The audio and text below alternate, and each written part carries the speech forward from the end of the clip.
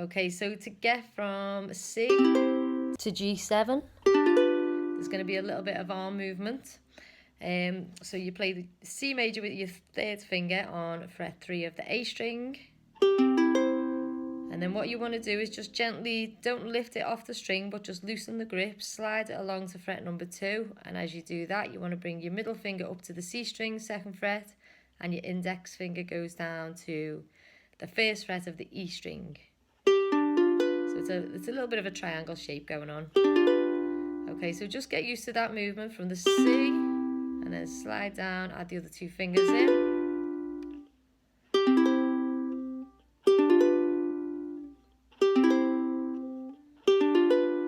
So that's a good way to practice, just to get used to the change of the shapes. And then what we're going to do, we're going to add the strumming pattern in. So we've got down, down, up.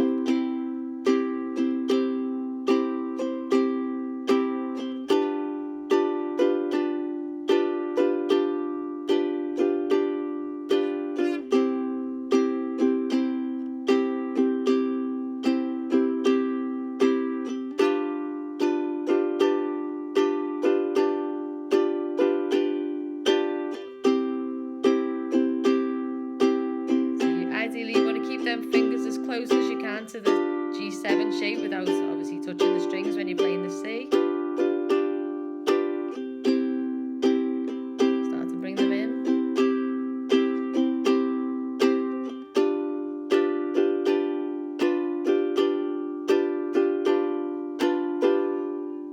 Okay, and that is the C to the G7. Okay, this time we're going to go from the D major to the A7.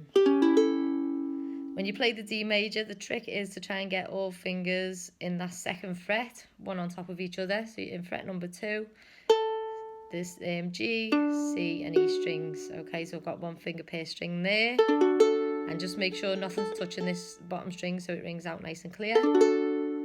If your fingers aren't pointing back at yourself, you might get this deadened sound, which you don't want. So just lift them up slightly and make sure all the strings are ringing out.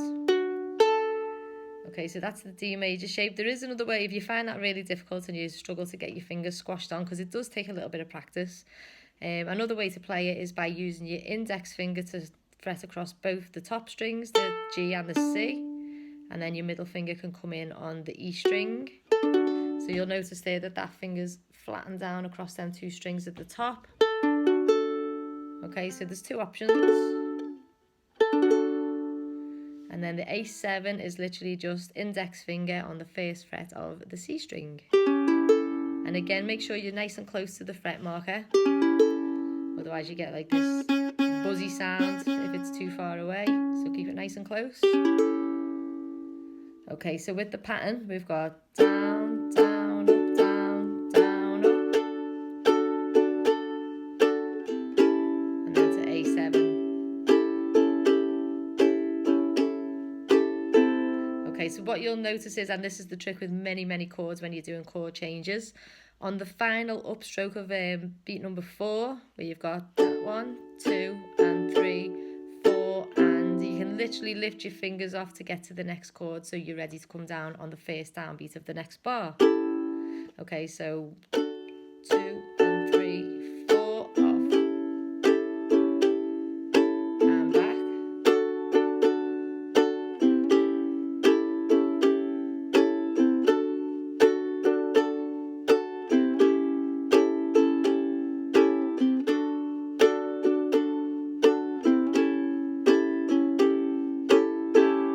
Okay, so that is the D to the A7. So what we're going to do now, we're going to do 2 bars of each, 2 rounds of each even. We're going to go from the C to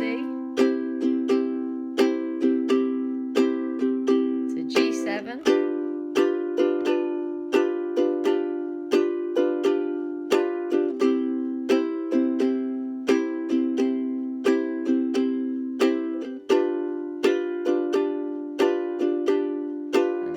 To the D major, to A7, and D,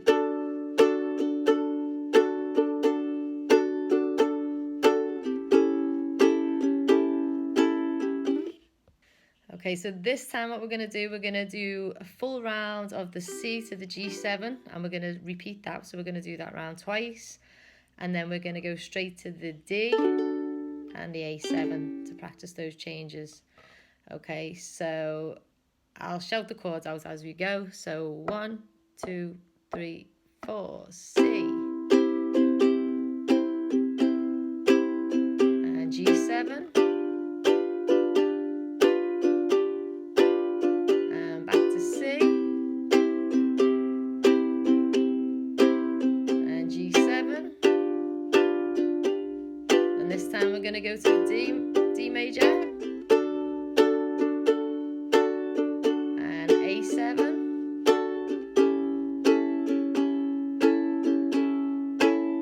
D major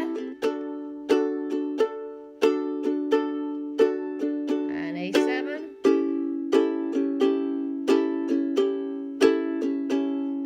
and finish. Okay, so that's a good little exercise just to practice so you can get both parts of them songs kind of nice and fluid. Okay, good luck.